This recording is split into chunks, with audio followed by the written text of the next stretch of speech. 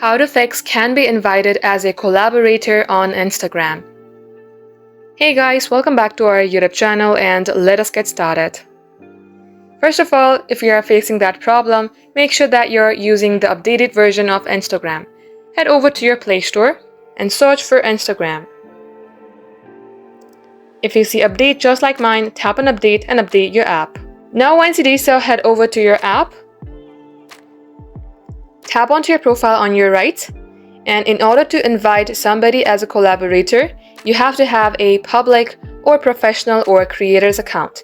So tap on three-bar icon, then tap onto account privacy and make sure that's not private. You can also try switching your account to a business or creator. Once you do so, you will be able to see this professional dashboard right here.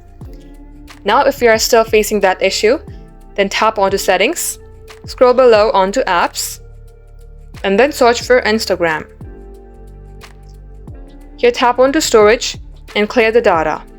Also be noted that this will delete all your application's data and your account history. If you would still like to continue, then tap on delete. Now once you do all that, this shall fix your problem. That's all for today. Thank you for watching the video till the very end. If it had helped you in any ways, then do like and subscribe.